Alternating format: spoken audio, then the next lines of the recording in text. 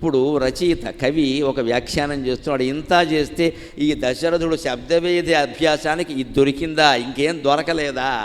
ఊళ్ళో ఏదైనా మారుతి వ్యాయామశాలు ఉంటే వెళ్ళి అక్కడ చేసుకోకూడదా ఈ గొడవ అంతా? జిమ్ము జాము అభ్యాసాలన్నీ కూడా ఈ దశరథుడు చేసిన అభ్యాసం, ఈ వటువు ప్రాణాలు తీసిన విషయం ఎలా ఉంది అంటే, శ్రద్ధయసలార నూరేండ్లు సాము చేసి, శ్రద్ధయసలార నూరేండ్లు సాము చేసి, మూలవట్టిన ముదుసలి కాళ్ళు విరగగొట్టినట్టులు. శ్రద్ధయసలార నూరేండ్లు సాము చేసి, మూలవట్టిన ముదుసలి కాలు విరగగొట్టినట్టులు. ఉత్తర కోసలేంద్రుడు అతని బలివెట్టే తన శరాభ్యాసమునకు. ఉత్తర కోసలేంద్రుడు అతని బలివెట్టే తన శరాభ్యాసమునకు.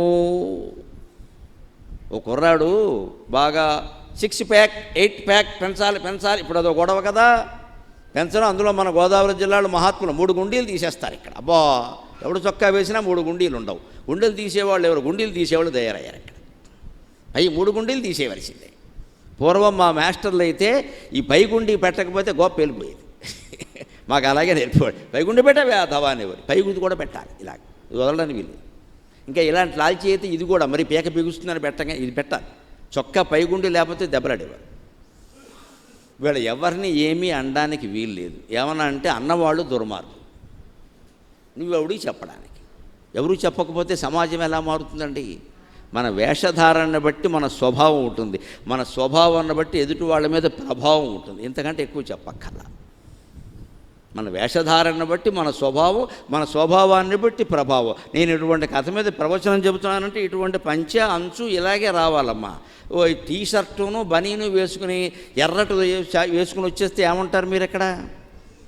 ఓ సిగరెట్ డబ్బా కూడా తెచ్చుకొని మధ్య మధ్యలో అంటించుకుంటూ నాకు సిగరెట్ తాగితే కానీ శ్లోకం రాదండి అంటే శ్లోకాల గురించి భరిస్తారా, సిగరెట్లు భరిస్తారా? ఏదో ఒకటి మానాయి బాబు అంటారు వెంటనే.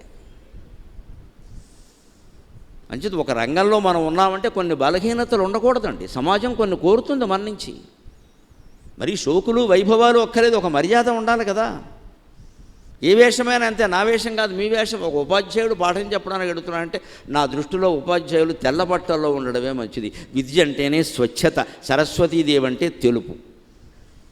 యా కుందేందు తుషారకారధవళ యా శుభ్రవస్త్రాన్విత అంటారు సరస్వతి ప్రార్థన. నిన్న చేశారు కదా. శుభ్రవస్త్రాలంటే ఉతికిన బట్టలు కాదు. శుభ్ర అంటే సంస్కృతంలో తెలుపు. మనం మామూలుగా తెలుగులో శుభ్రం అంటే ఉతికిన అంటాం. సంస్కృతంలో శుభ్రం అంటే ఉతకడం కాదు, తెలుపు. తెల్లబట్టలే. శుచి, శుభ్రం ఈ 2 మాటలకి సంస్కృతంలో తెలుపు అని అర్థం. యా శుభ్రవస్త్రాన్విత. సరస్వతీదేవి తెల్ల చీర కట్టుకుంటుంది అంటే వాళ్ళ ఆయన ఎర్రచీర కొన్నని చెప్పాడా? లేకపోతే బజార్లో దొరకలేదా? విద్యారంగంలో ఉన్నవాళ్ళు, విద్యార్థులు, ఉపాధ్యాయులు, పరీక్షాధికారులు అందరూ తెల్లని బట్టలాగా స్వచ్ఛంగా ఉండాలి అని దాని ఉద్దేశం. అందుకని ఆ ఉద్దేశాన్ని పాటించాలి. కానీ మనం సరస్వతీదేవి గుళ్ళోకి వెళ్ళిపోయి 25 తెల్ల చీరలు పంచిపెట్టా, నీకేమి పుణ్యం రాదు, అనవసరపు ఖర్చు పెట్టాం. నేను పంచిపెట్టమని ఎవరు చెప్పలేదు ఎక్కడ. అది పేదవాళ్ళకి పంచిపెట్టు. నేనైతే అదే అంట. మొత్తం తెల్లచీరలను పట్టుకెళ్ళి గుళ్ళో ఇస్తే పూజారి గారి భార్య వస్తుంది కట్టుకోలేక, అస్తమానం తెల్లచీర కట్టుకుంటే చికా కూడా. పైగా మన గుళ్ళు సామాన్యమైనవా? మామూలు చీర వస్తేనేమో పూజారి భార్య కట్టుకుంటుంది, కాస్త మంచి చీర వస్తే చైర్మన్ గారి భార్య కట్టుకుంటుంది. నమశివాయ. అందులో మళ్ళీ తేడాలే. అన్నీ కట్టుకొని ఇస్తారేటి? దాని లెక్కలు బట్టి ఉంటాయి. ఇన్ని తేడాలు ఉన్న చోట దేవుడు ఎందుకు ఉంటాడండి? 100 గుళ్ళు కట్టినా, 100 ప్రార్థనలు చేసినా, 100 పూజలు చేసినా, 100 సప్తాహాలు చేసినా మన జీవితాల్లో దుఃఖం పోకుండా ఉండడానికి ఒక్క మాట చెబుతానని మీకు నచ్చినా నచ్చకపోయినా మనకి చిత్తశుద్ధి లేదు, నిజాయితీ లేదు. అందుకే ఈ పూజలు ఫలించవు. ఆ 2 ఉంటేనే ఫలిస్తాయి. ఏది ఎందుకు చేస్తున్నామో తెలియదు మనకి. చేరబెట్టాయి ఎందుకు పెట్టాయి? సరస్వతీదేవికేమో మనం తెల్లచీరలు పెట్టేస్తే మనం ఏ వేషంలో ఉన్నామో పట్టించుకోదు. అక్కడ మనం షోకులు చేసుకుని ఎడుతూ ఉంటాం. ఇక్కడ స్వచ్ఛత విద్య అంటే అది. అందుకే విద్యా శుభమూర్తి అన్నాడు ఆయన. తచ్చబ్ద లక్ష్యముగానని బ్రహ్మాండమైన వేదాంతపరమైన పదం వాడాడు. అలాగే ఏదైనా అభ్యాసం చేస్తే ఎలా ఉండాలి? దేనికోసం? ఒక కుర్రాడు జమ్ము చేశాడు, 6 ప్యాక్ చేశాడు, 8 ప్యాక్ దేనికి? ఆడవాళ్ళని ఆకట్టుకోవడానికి కాదండి, రౌడీయిజం చేయడానికి కాదండి, విద్యా వివాదాయ ధనం మదాయ శక్తి పరేషాం పరపీడనాయ కలస్య సాధోర్విపరీతమేతతు జ్ఞానాయ దానాయ చ రక్షణాయ అంటారు శాస్త్రంలో. విద్య నేర్చుకున్నామంటే దాన్ని సజ్జనుడు ఒక రకంగా, దుర్జనుడు ఒక రకంగా వినియోగించుకుంటారట. దుర్జనుడు విద్యను ఏం వాడతాడు, ఎందుకు వాడతాడు? వివాదాయ, పాండిత్యంతో గొడవలు పెట్టుకోవడానికి వాడతాడట. ధనం మదాయ, డబ్బు సంపాదిస్తాడట. దుర్జనుడైతే ఏం చేస్తాడు? గర్విస్తాడు. అన్ని కోట్లు నీకే ఉన్నాయి గాడిద గుడ్డు అంటాడు. ఇక్కడ ఆక్షేపించడానికి తోడేళ్ళు ఉన్నాయి, మేనలు ఉన్నాయి. అందుకోసం ధనం, మదం కోసం. శక్తి పరేషాం పరపీడనాయ, ఇలాగే 6 ప్యాక్ 8 ప్యాక్ అని జిమ్ము జాము వ్యాయామాలు మంది జాగింగు ర్యాగింగు అన్నీ చేసేసి బాగా ఒళ్ళు పెంచుతాడు. ఇది ఎందుకంటే బలహీనులను ఏడిపించుకు తినడానికి. అదే జ్ఞానవంతుడైతే, మంచివాడైతే ఈ విద్యని, ఈ ధనాన్ని, ఈ జ్ఞానాన్ని ఎలా ఉపయోగిస్తాడో తర్వాత చెప్పాడు. సాధోర్ విపరీతమేతతు జ్ఞానాయ దానాయ చ రక్షణాయ. అదే మంచివాడు కనుకైతే తన విద్యని జ్ఞానాయ, 10 మందికి జ్ఞానాన్ని పంచిపెట్టడం కోసం వినియోగిస్తాడట. అదే మంచివాడు కనుకైతే తన ధనాన్ని దానాయ, లేనివాడికి ఏదన్నా ఇద్దామని ఆలోచిస్తాడట. అదే మంచివాడు కనుకైతే తన శక్తిని పరేషాం పరపోషణాయ దానాయ జ్ఞానాయ చ రక్షణాయ. లోకంలో ఎవరైనా బలహీనను పట్టుకుని నలుగురు సందు పక్కన కూర్చోబెట్టి కుమ్మేస్తున్నారనుకోండి, ఈ 6 ప్యాక్ 8 ప్యాక్ గ్యాంగ్ అక్కడికి వెళ్ళాలి, వాళ్ళని రక్షించాలి. ఎందుకు కుమ్మేస్తున్నారని అడగాలి. ఒక బలహీనను పట్టుకుని నలుగురు తన్నేస్తూ ఉంటారు అక్కడ. మనం పట్టించుకో, పైగా ఈ మధ్య పట్టించుకోకపోగా కొత్త విద్య వచ్చింది, దాన్ని వీడియో తీస్తాం, తీసి ఎక్కడో పెడతాం. ఇక్కడ ఎంత దుర్మార్గం ఇది! నువ్వేం కాపాడకపోగా వీడియో తీస్తావా? అంటే నీకు పబ్లిసిటీ కావాలి, నీ వీడియో 10 మంది చూడడం కావాలి, నీకు డబ్బులు కావాలి. వాడిని దంతున్నారు అక్కడ. ఎందుకు దంతున్నారని అడిగావా? లేకపోతే అన్యాయాలు ఘోరాలు జరుగుతూనే ఉంటుంది. నడివీధిలోనే స్త్రీను నుంచోబెట్టి బలవంతంగా నగ్నం చేసి కొట్టేశారు బీహార్లోనో ఎక్కడో. ఎవడో పట్టించుకోకపోగా వీడియో తీశారు, నలుగురు కలిసి కొట్టేశారు స్త్రీని. ఎందుకు దేశంలో ఇలాంటి దురాగతాలు జరుగుతున్నాయి? మనం చూస్తాం, వీడియో తీస్తాం, కానీ పట్టించుకుని అడగం. అసలు వీధిలో ఉండే వాళ్ళందరూ వెళ్ళి అక్కడికి వెడితే 50 మంది ఉంటే వాడు ఒక్కడు 2-3 ఏం చేస్తారండి? వెంటనే పరిగెట్టేస్తారు అక్కడి నుంచి. ప్రతిదీ మనకెందుకు పని సంపాదించింది దేనికి?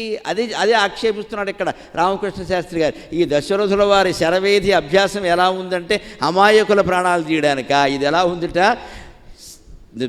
శ్రద్ధ యసలార 100 ఏండ్లు సాము చేసి ఒకడు 100 ఏళ్ళు వ్యాయామం చేశాడు ఏకంగా. సాముగరుడు చేసి ఏం చేశాట? చివరికి తన శక్తి ప్రదర్శించాలి కదా, ఇంటికి వెళ్ళాట.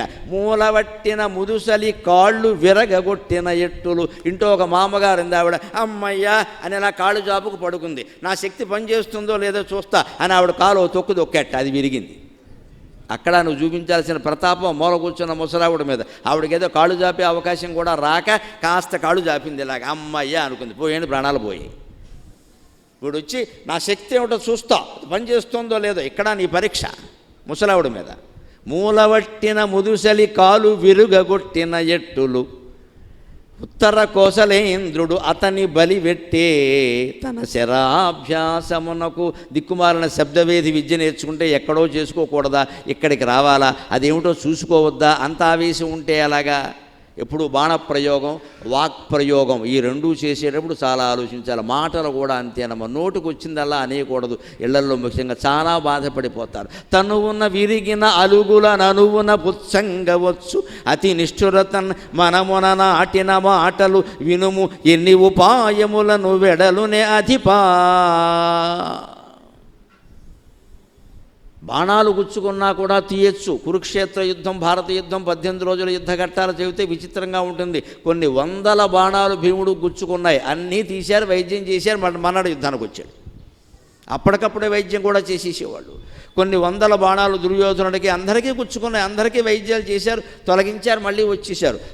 బాణాలు గుచ్చుకున్నా కూడా, ఇనపములుకులు గుచ్చుకున్నా కూడా బయటికి తీయచ్చు. కానీ కఠినమైన మాటలు, సూటిపోటి మాటలు గుచ్చుకుంటే వాటిని బయటికి తీసే అవకాశం లేదండి. అసలు బయటికి రానివ్వకూడదు. వాటిని చాలా జాగ్రత్తగా ఉండాలి ఈ మాటల్లో.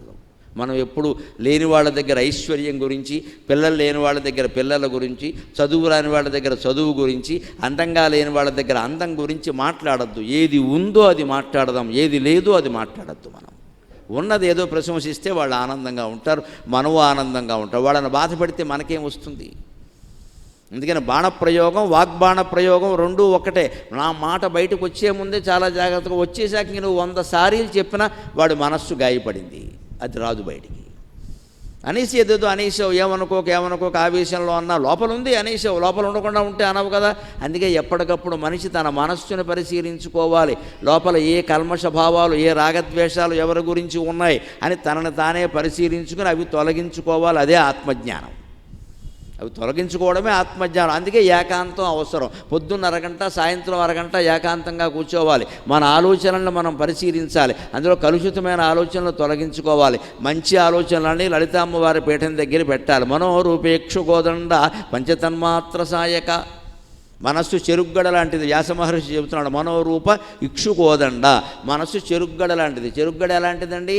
చెరుగ్గడలో పిప్పి ఎక్కువ, రసం తక్కువ. చెరుకు బండి వాడి దగ్గర చూస్తే తెలుసు, 4 గళ్ళ పెడతాడు, ఇలా అంటాడు, ఎంత వస్తుంది, మళ్ళీ ఇలా 6 సార్లు అంటే అరగ్లాసు వస్తుంది.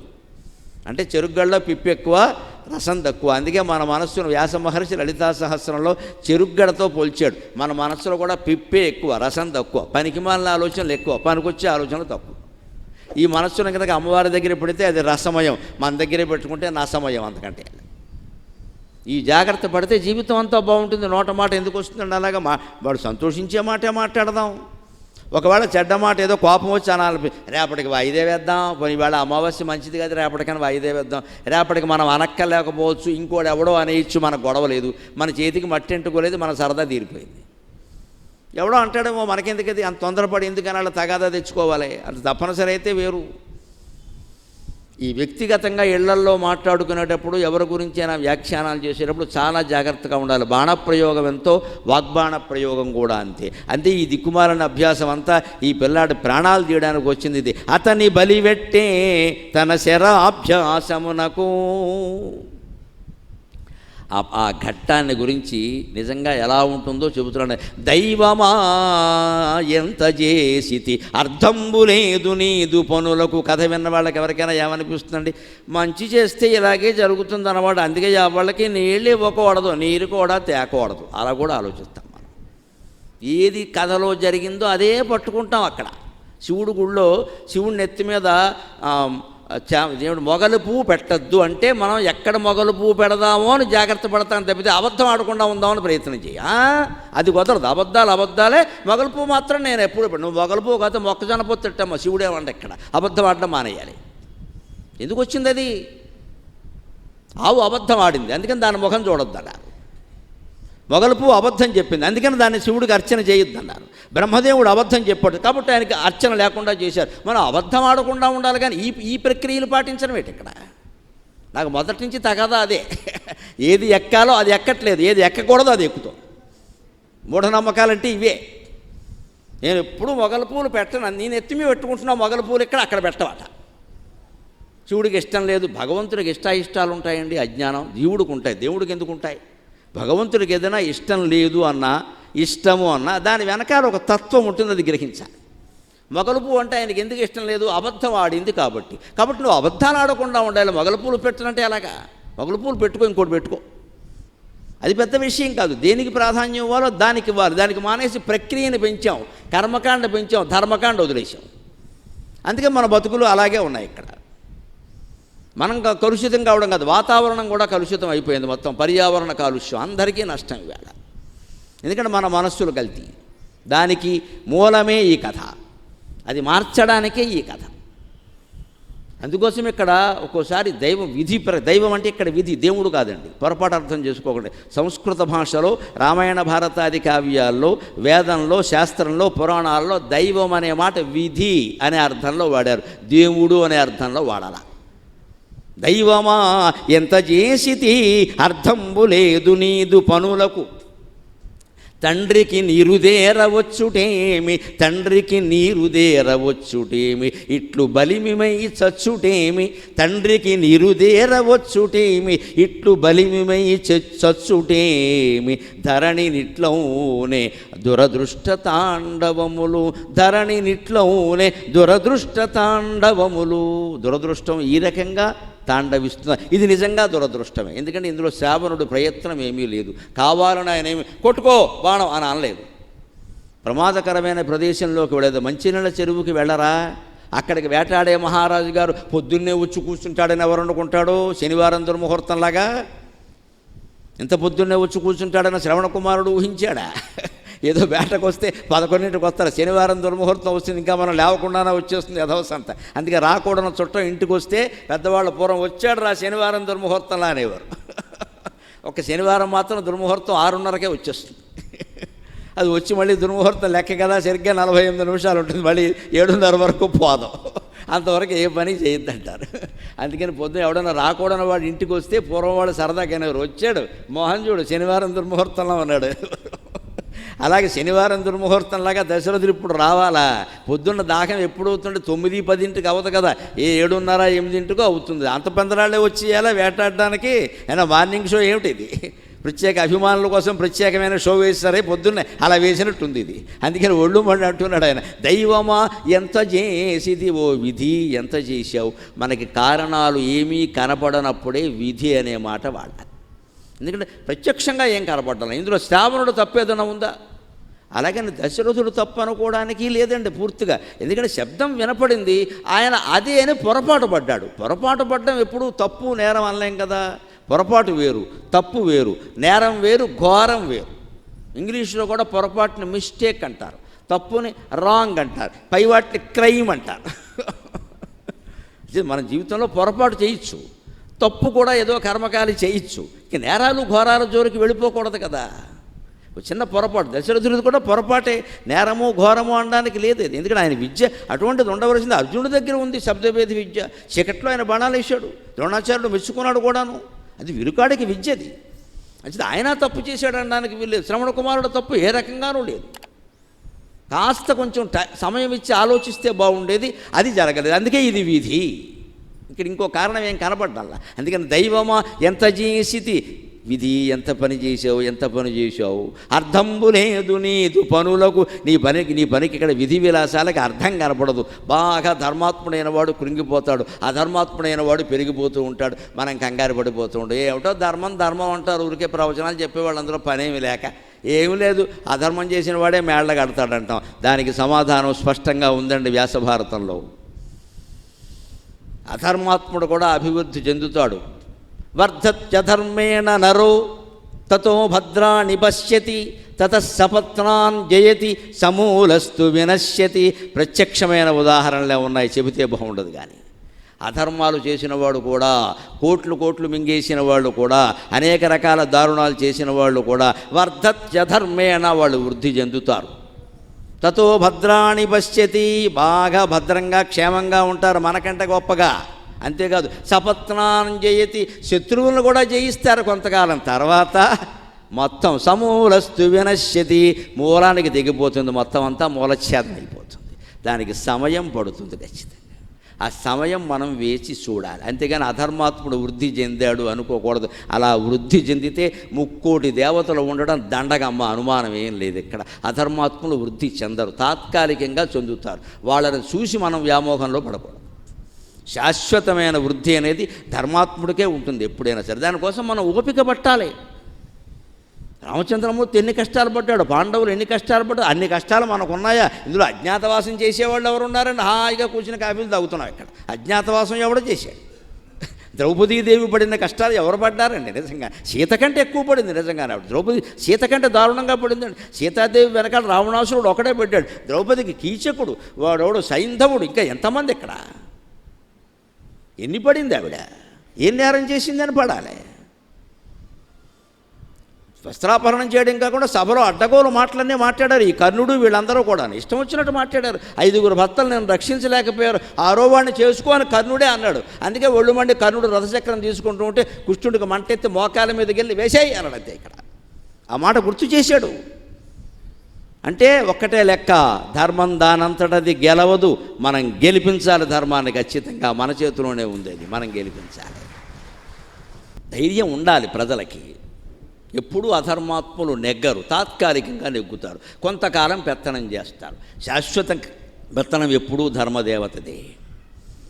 పాఠం నేర్చుకుంటే సరే, లేకపోతే ఎవరికైనా అదే గతి, అనుమానమేం లేదు. ఇక్కడ పాఠం నేర్చుకోవాలి. ఎప్పుడు చరిత్ర మనకి పాఠాలు నేర్పుతుంది, కొందరికి గుణపాఠాలు నేర్పుతుంది.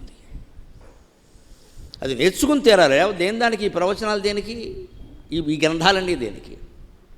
వ్యాసుడే చెప్పాడు అన్నమాట, సమూలస్తు వినశ్యతి, మొత్తం మూలంతో సహా వెళ్ళిపోతాడు, అనుమానం వెళ్ళేదన్నారు.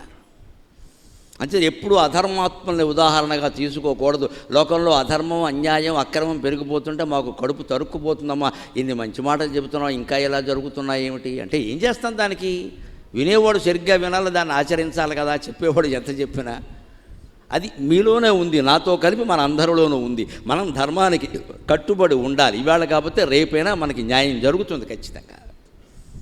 అప్పుడే లోకం కూడా బాగుంటుంది. అదే చెబుతున్నాడు ఇక్కడ.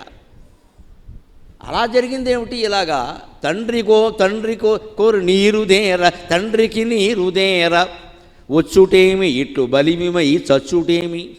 తండ్రి కోసం నీరు తెద్దామని రావడం ఏమిటి, బలవంతంగా ఇలా చచ్చిపోవడం ఏమిటి? ధరణి నిట్లోనే దురదృష్ట తాండవములు. దురదృష్టం అంటే ఇంత దారుణంగా ఉంటుందా, ఇంత దారుణంగా ఉంటుందా?